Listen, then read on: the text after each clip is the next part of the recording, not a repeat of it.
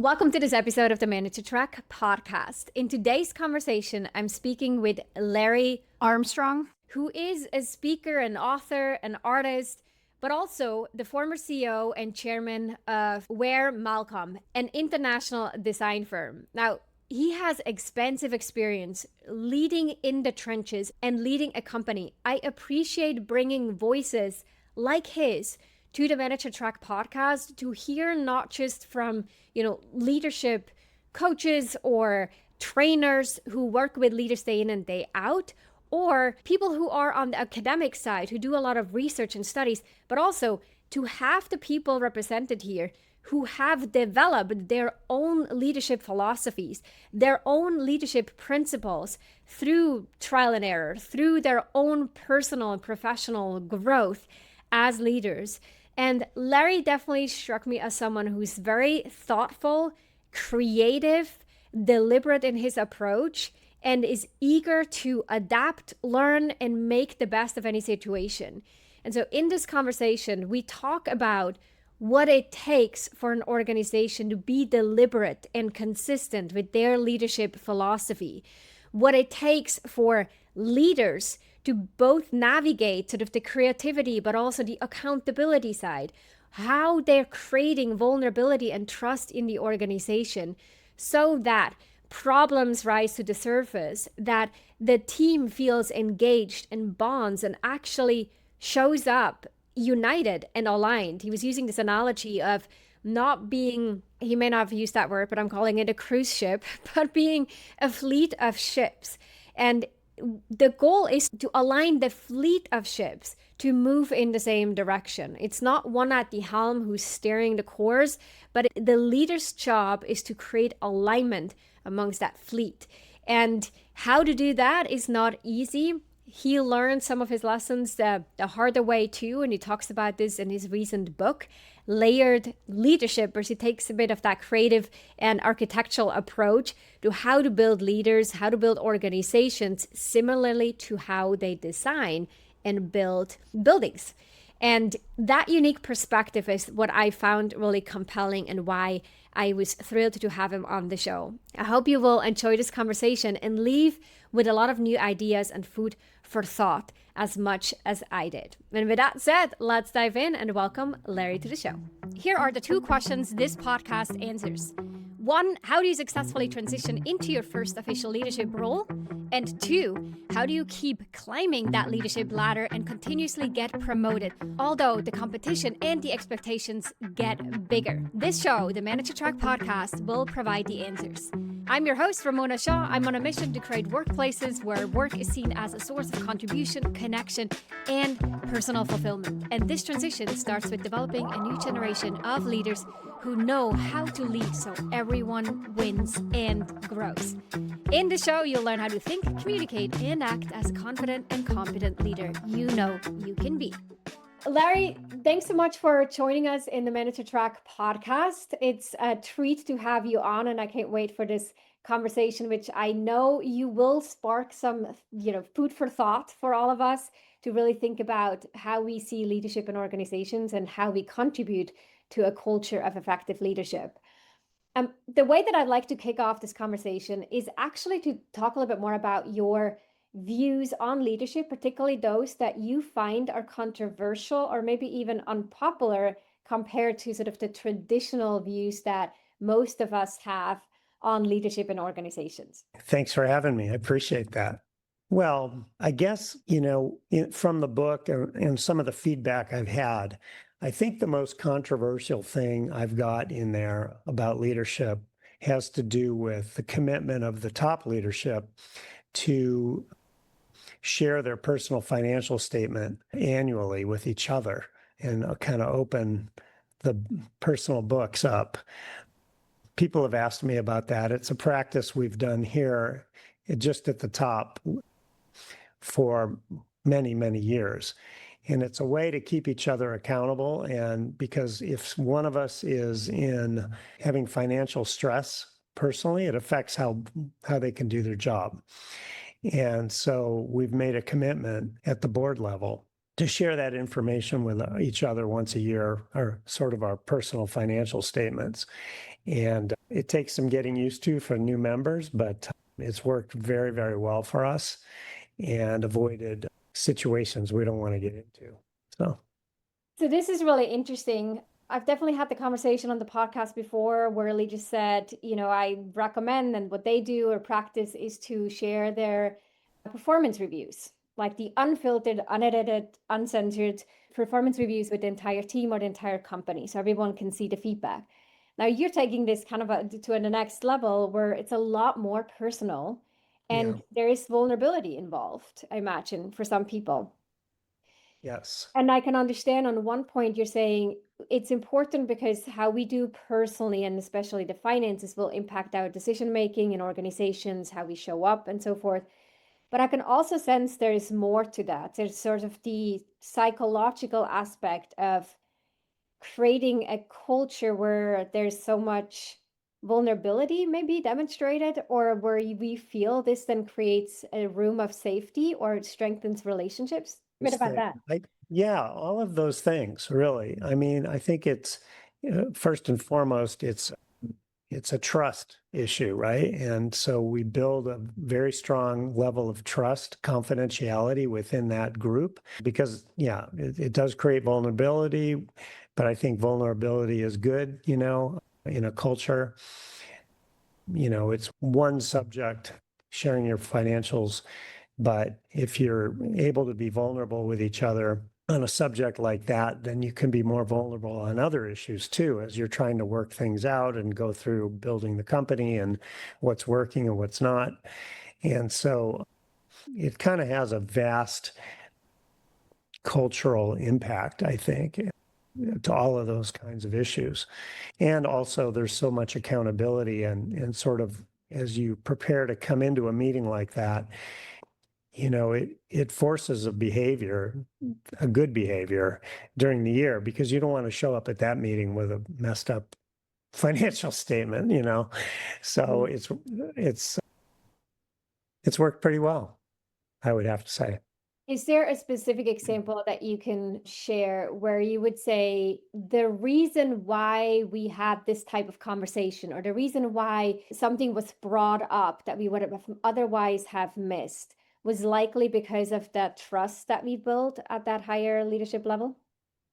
Yeah, many times one of our people, well, even me, have been willing to bring up an issue that's bothering them, or maybe it's something distracting from our personal life, so we need some help for a while, from our partners.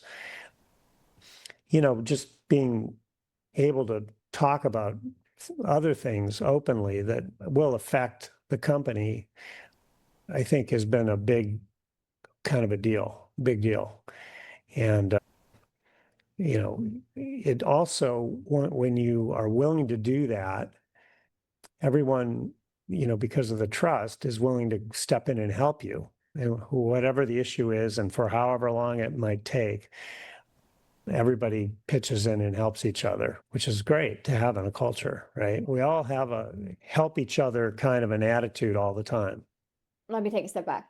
As you were building your company and you started to think about some of these leadership practices, what was the point where you thought, interesting, like I realize how we do things slightly differently and I should write a book about this? Bring Yeah. it back to that time. I think, well, it's many, many years of trial and error, building a culture and putting in different aspects of what we call our leadership academy here at Ware Malcomb, because we've worked very hard on all of those things. The idea, that because I was CEO for 28 years, now I'm chairman. And as I transition to chairman, first of all, you have a little bit more time and you have time to think about all these things that, we've accomplished and are still accomplishing. And so the idea to kind of document it, and hopefully it'll help people. That's really the reason I wrote the book. Any kind of a business or leadership book, if you can take one thing out of it and adapt it to your own situation and it helps you, it's a big deal. And that's happened to me many, many times. And so I wanted to share what we've been able to do in the hopes that it'll help people that are trying to build their organizations. What type of leadership principles have you evolved over time? And maybe you really wanted to make sure they make it in the book and are the things that may stand out to the readers. Yeah, I think, well, first of all, building leaders is a very specific kind of a program. It doesn't happen by itself. And depending on what business you're in, usually people don't go to school to figure out how to be a leader, right? You're in like, we're architects here, we learned how to be an architect and a designer. And so, you do a good job and all of a sudden you get promoted and now you're managing and leading people, which you didn't go to school for, really. So, that's pretty common, I think, to any industry.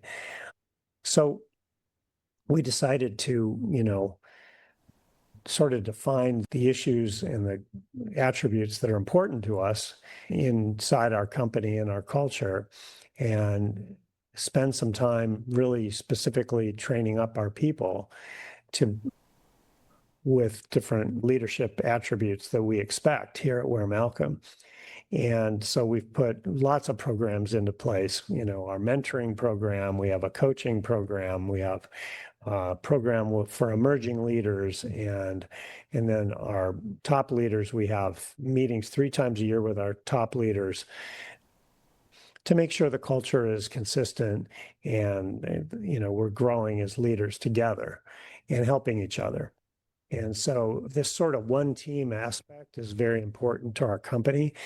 And then just learning from each other, because different leaders have they're great at different aspects of this. And we all want to round out our leadership abilities over time. So we learn from each other. One of the things that you just mentioned was the consistency. And I think in many organizations, that isn't really top of mind. Leaders are either not even trained much, and if trained, not with this idea of creating consistency and creating a very deliberate culture in mind. What would you say if someone's in an organization where they feel like it's a little bit left to your own devices? We obviously all want to try to be good leaders, but there isn't a clear message of what good leadership looks like in the organization. What do you suggest for them to do? Yeah, I think define it. What's important to your company and your culture for your leaders to develop. We did that. We defined it, with our culture, some pretty specific things. And, we talk about it all the time. We repeat it and repeat it and repeat it, and work with our leaders on individual mentoring on what some aspects they might be struggling with or not maybe as naturally good at, and we spent a lot of time figuring out, okay, what are people's strengths? Because you always want to go with your strengths. But, when you're a leader, you have to be pretty well-rounded. So you also have to work on the things that maybe you're not as strong at.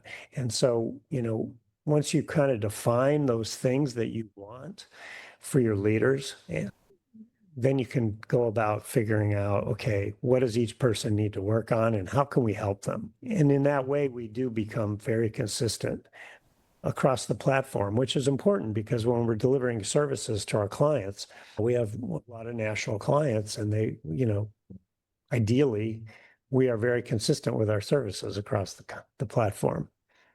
So if I imagine, being a leader in an organization right now, and I am not the one who's at the top and who's initiating something like this, or I'm not in HR with that strategic objective, then I might think, okay, breaking this down, if I have managers on my teams, I'm a manager of managers, then I can take that leadership aspect of like, how do we within our team or our department, how do we want to lead? But I'm also realizing like the red thread kind of goes all the way through where a manager who has a team of, let's say, 5 individual contributors, they together can also talk about what's the culture we want to define here or live by, and what are the norms that we're going to abide by. Yeah, because every business unit or department or office, wherever it is geographically, typically there's a culture unto itself.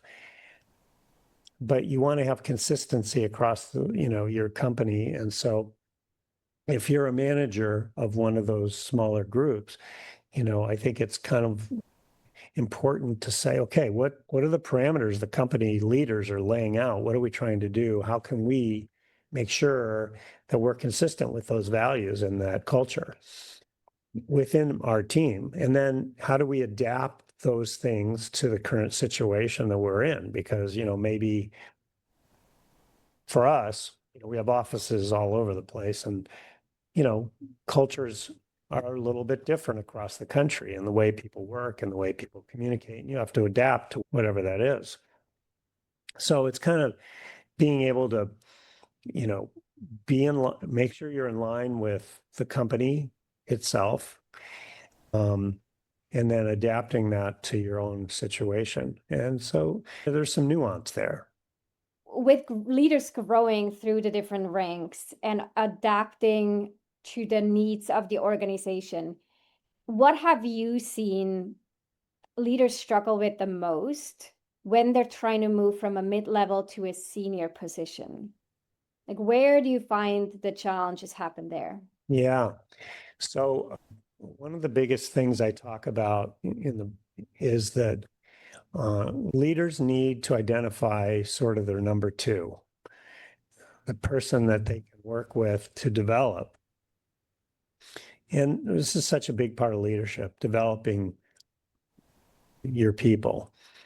And so when somebody's trying to make a leap to get to their next position in their career, they need to get there by developing their own people so that they've got a strong team working with them and that also are motivated to grow in their careers and that can step up to their next level, which will allow the leader some freedom to step up to the next level as well. And so having this number two is a big deal that people struggle with. People struggle with giving up control, with empowerment, delegation. These are all things we work on. Delegation is a pretty tough thing for a lot of people to learn. I always say don't abdicate, you have to delegate. So, there's this spectrum. Leaders can get too far into the weeds and stay there and justify it because it has to be done. And then other people over delegate and don't check in and what I call abdicate. So you got to find that right place to be where you're empowering your people, you're encouraging them to develop and grow, allowing them to make decisions, but you're checking in with them, right? On a consistent basis, not micromanaging, to help them grow and develop your team so that it becomes a better team so that you can grow yourself. And you can't, that's where I find most people get stuck, is struggling with those kind of ideas. I've seen this more times than I can count where someone was pretty directly told that the reason they weren't promoted or the reason they didn't get this bigger role and someone else did was because the thought of them leaving their current position would be too much of a risk. That people would quit, that it would turn into a chaos, that the team wouldn't run smoothly, that there was, a fallout in some sort. And so there is always either the perception, the perception created that was inaccurate. Maybe the way that they talked about the stress level or the responsibilities or the problems on that team created this perception. Or actually they were too interwoven and created too many dependencies and didn't have that number two that they could promote and then, Yeah. everyone else that the team will continue to run smoothly.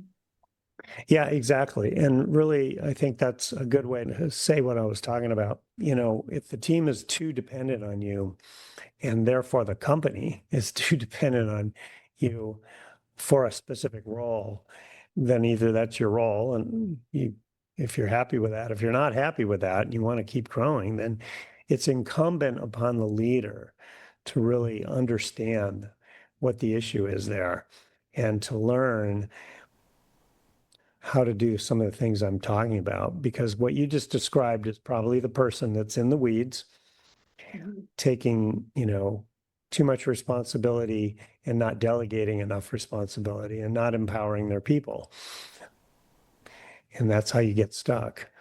I sometimes say you just got to get your head up and look and step back a little bit and look and see, why aren't you developing your people? Or maybe do you need another person?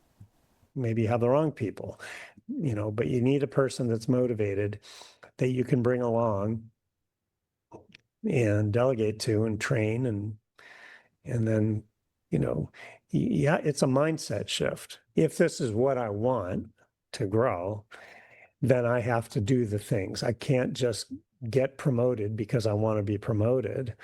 I want to get promoted because I've trained my people to take over. We always say, train your replacement. People, that's scary to people, right? That is a scary thought sometimes, but that's how you get there. You have to train your replacement, bring them up, make them understand that, what they need to do, and help them get there, and trust them, empower them, let them make a mistake, let them make a decision.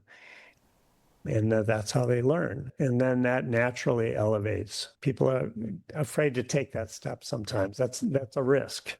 And how valid is that risk? Because I can hear people think, in their head, the thought is, sure, Larry, you can say that as the CEO, and you seem to have pretty, or even but as a founder, you could say you have the job security. No one's going to fire you, or very unlikely that that's going to happen. But for someone else who is just another hire who joined the team a couple of years ago, is now trying to elevate, and for them to say, I am going to make myself redundant by training someone who is more junior, possibly, and maybe even cheaper, possibly, with the hope that I will then be able to elevate as well. That does seem like a reasonable risk. So, what's your response to that? Well, for most CEOs, they got there somehow by going through this process. They didn't magically become a CEO. So it also depends on the company culture, right? If somebody feels overly threatened that they cannot take this risk, that, oh gosh, yeah, I'm training somebody, and they're younger and cheaper, so they're just going to take my job and I won't have a job anymore. If that's the culture has to be there, obviously, in the company to give you the trust and assurance that, there's a reason for this, because we need you. We tell our people all the time, I need you to get to the next level. The company needs you to get to the next level. And this is how you do it. And so, giving people an understanding of how you see their career path and what you trust in them. The CEO has to set the example of how the trust and the need for the company to have a person grow sets the stage for, okay, and to do that, I need you to go train your replacement. It's not an isolated, abstract idea. It's an integral part of the culture of the company to make that happen. Yeah, I think that's a really good point to look at what's the company culture, but also what phase is this company in? Is the company in a phase where we're consolidating? Is it in a phase where we're expanding? And then what's the direct message personally that they receive about their future potential in the organization? But I think to highlight again what you said, which I think is so important, there simply isn't a way to elevate. If the company is contracting and you feel like you need to protect yourself, then you're going to protect and stay stagnant. If you actually want to grow, then letting go and like changing that mindset to elevate others so that you can elevate. I just got off a coaching call this morning. That was the conversation we had. And I said, I've yet to see someone who doesn't go through that process. It does not happen. It is always that way. Yeah. So, our company does from time to time contract because we're, somewhat vulnerable to economic shocks and, recessions. So, but our mindset doesn't change during those times. we're still trying to develop our people. We're still trying to grow for the long term. It's like, okay, so we're contracting, unfortunately, right now, and it's tough, but this is temporary. So we're still on the same track.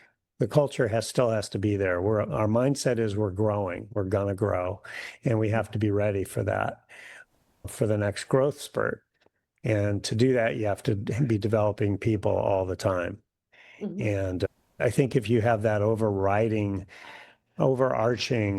philosophy in your company, then you can, mitigate some of that fear, Mhm. Yeah, and I think it's that ongoing communication and consistent messaging that then builds trust that That's right. enables people to act on it. You said earlier that it's important for leaders to take a step back and really look at or assess, for example, their behavior when it comes to delegating, like to what degree that they're in the weeds, to what degree they're abdicating versus delegating, or where do they create unnecessary dependencies. This kind of deeper reflection is something that you highlight in the book as a really important part. And, of course, the people that, work with an executive coach or invest in their training, they're the ones who are naturally inclined to do this work. They're committing their time and their resources to a process like this. But I also know that there are hundreds of thousands of leaders out there just in this country who want to grow. Like if we intellectually ask them, we say like, what do you want? And they know they want to grow, they want to be strong leaders, but they don't make that time or that investment to deeply reflect on their leadership and how they show up. Mhm. And I can relate to it because I know it is hard to do. The trade-off is real when there is so much pressure that they live with and so many different things that pull on their attention, and they have a family or maybe other commitments outside of work. Then to add something else on top of that is hard. This is not the urgent stuff, but the really important stuff. What have you found helps leaders shift into this different mindset to prioritize that type of work versus the urgent inflow of tasks on their desks? Yeah, this is a big one and very important because, some people are more naturally motivated for this sort of thing, to be able to look at themselves and ask for help, ask for mentoring or coaching. And then some, you know, I think really what it is it's fear. Once again, this is about vulnerability. And so they make the argument that I'm too busy. I've got too much going on. I don't have time for this. But really, if it's important to you, you'll make time for it and figure it out. And, if there's too much coming at you, and we all go through phases where that's true, but it's not all the time, constantly. And if it is, then maybe that's a reason you need mentoring, because you're probably in the weeds, right? And so that, yeah, we constantly talk about this kind of stuff. It's like you have to get your head up. You've got to get your head out of the weeds from time to time and look at what you're doing every day and what you're bringing to the team every day to help them. And it's hard for some people. That's really what happens, is that there are people that love mentoring and coaching and want to grow and understand that they need that feedback. And then there are others that I think it's just they're afraid to be vulnerable, and for whatever reason. And so we have to help them, and we do. We try to help them get over those things and try to be more open and commit to it and show them why. And I think that for a lot of our leaders, and really any leader, I think there's always somebody that you can trust and reach out to and learn from. So it can be informal. In our organization, we always say, hey, if you're building a business, there's somebody in this company already that's building a business that maybe is a step ahead of you, that the that business is a little older and been around a little longer, and you can reach out and, proactively get some guidance. And that's a way we sometimes try to help our leaders who are maybe not as oriented towards mentoring, but they have friends in the organization that they can reach out to and maybe get some guidance from. So we try to create, again, it's that one team, everybody's helping each other, building that trust in the organization. There's definitely an effect, like a ripple effect in organizations where that's, the top layer lives by it. They openly talk about their mentoring relationships, their coaching relationships, their attendance of leadership programs, and so forth. And then it turns into, it's almost like, oh, this is part of the expectation. This is part of what leadership means in the organization, and not doing it would be sort of the ignorance. Yeah, 100%. It is an expectation. So we set those expectations, and people hear from us when we see that maybe they're not upholding those expectations. So accountability is a big piece of it, right? We all agree that this is what we're going to do. This is how we're going. We're all going the same direction. We're a fleet of ships. I use that analogy. We're not a big giant ocean liner that takes time to change and can't adapt. We're a fleet of ships, and we're all going the same direction. And if we all need to go right, we're going to go right or left, whatever we're doing. And so there has to be accountability when somebody isn't doing what we all agreed we were going to do. Yeah, we gotta all wave the flags of like, hey, you're off course. Yeah, exactly. Can't have a little ship off course out there. Right. The last thing I want to talk to you about before we wrap up is creativity, because that seems to be an important aspect that you highlight for leaders. And again, it's a bit of this push and pull of how much creativity can we include? How do we create the space to be creative? Thinking of all the leaders who carry a heavy emotional load for the team, the pressure on delivering results. And then we saw this specifically with the introduction of a lot of AI tools. Mm-hmm. Even that was, how do we even take a step back to think creatively, let's say, how to leverage those?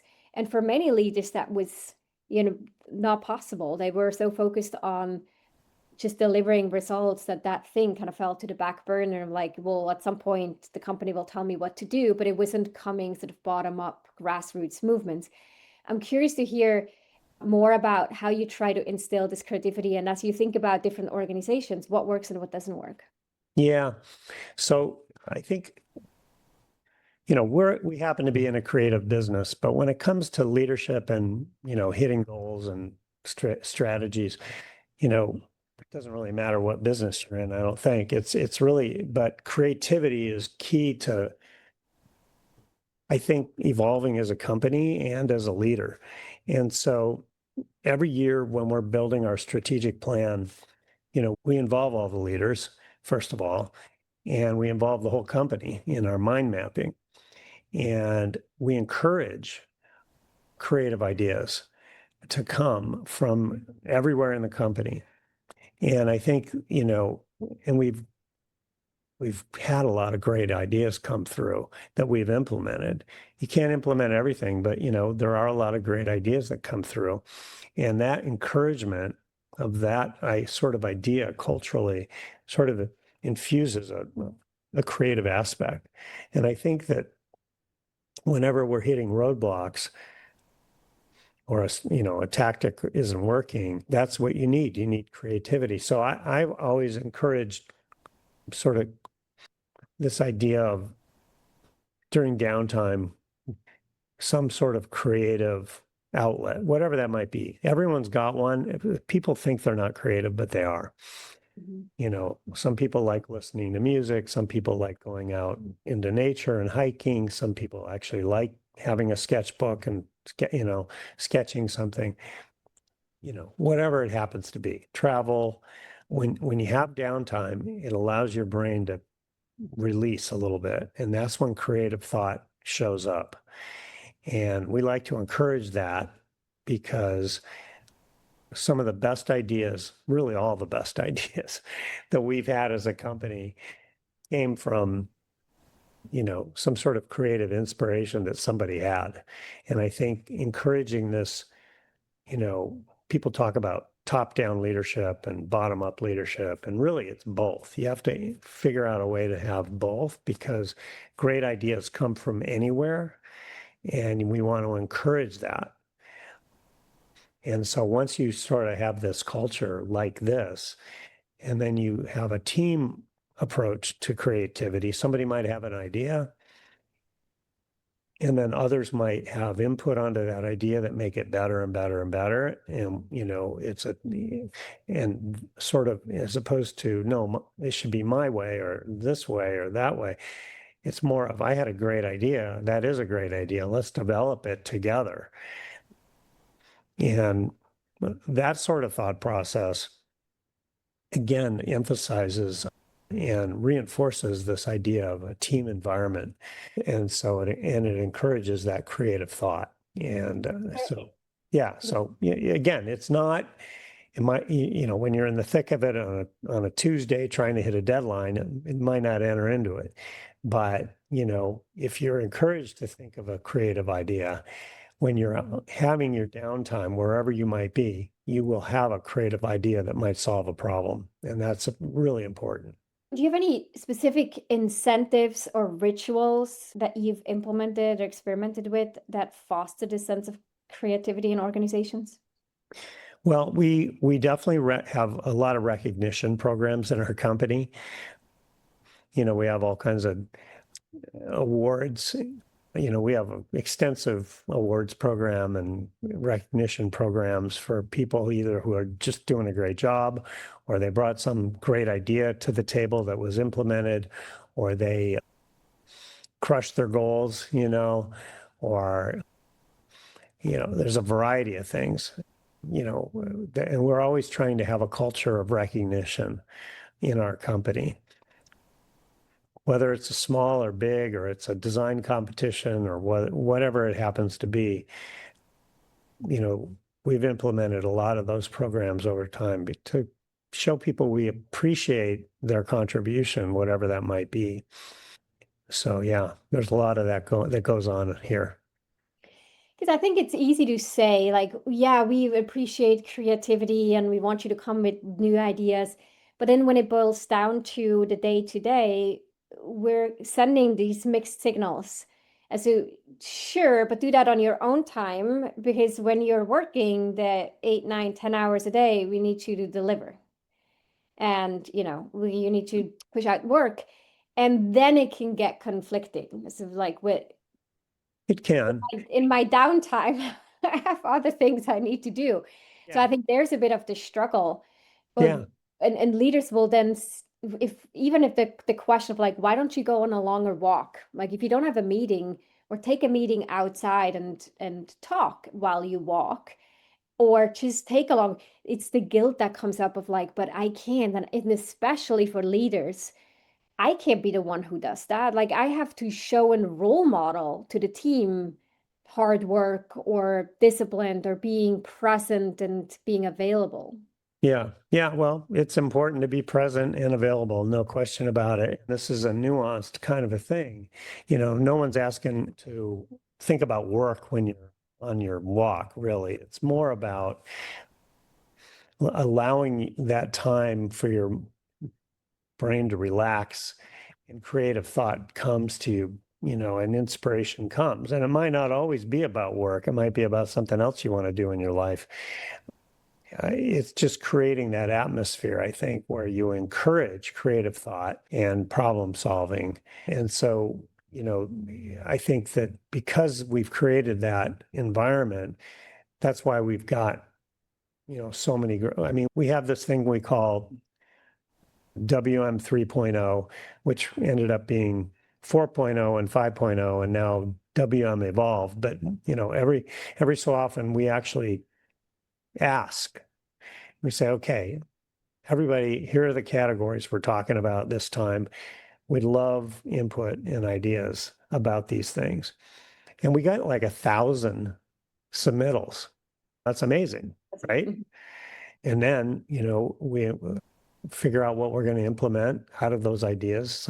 Some of them are repetitive, some of them are not really doable, and a lot of them are. A lot of them are easy to implement and help the company, and we do it. And some of them are bigger projects that we would help the company, and we work on those until they're implemented. So, people seeing their ideas valued and implemented is kind of a big deal, and it's helped the company tremendously. Yeah, I can see that. The actual submissions, you asking, right? You saying, like, I really care about those creative ideas and your input. You celebrating the people who do contribute with the awards and otherwise. I think even like storytelling can be really powerful of how someone came up with the idea and connecting it back to maybe their creative outlet outside of work and how suddenly dots started to fall into place and connect. And that's what sparked the idea. Can again prompt people to think about this differently. Well, Larry, thanks so much for sharing your different approaches and ideas based on a massive amount of experience and success that you had as a leader in your professional career. Before we wrap, is there anything else that you feel strongly about that we haven't yet talked about? I think continuous learning is a great attitude to have in your life. Always be trying to figure out something new to learn. I use Leonardo da Vinci as the example. Continuous learning, building out different parts of your brain, all the time. And I think that's a key concept for leaders. Just keep learning all the time. I think that's ending our podcast on a great note, because everyone who's listened is definitely invested in their ongoing learning and development as it relates to leadership, but obviously not just to that. Larry, thanks so much for coming on the show. We will link to your book and to other resources in the show notes. It's always interesting to read from someone who's gone through it and has been in the trenches. They have a very different perspective than someone who is on the outside or who studies leadership from a more academic perspective. So I highly recommend checking that out. Thanks for coming on the show. Thanks for having me. I really, really enjoyed it. Thank you, same here. If you enjoyed this episode, then check out 2 other awesome resources to help you become a leader people love to work with. This includes a free masterclass on how to successfully lead as a new manager. Check it out at arcova.org/masterclass. The second resource is my best-selling book, The Confident and Competent New Manager: How to Quickly Rise to Success in Your First Leadership Role. Check it out at arcova.org/books or head on over to Amazon and grab your copy there. You can find all those links in the show notes down below.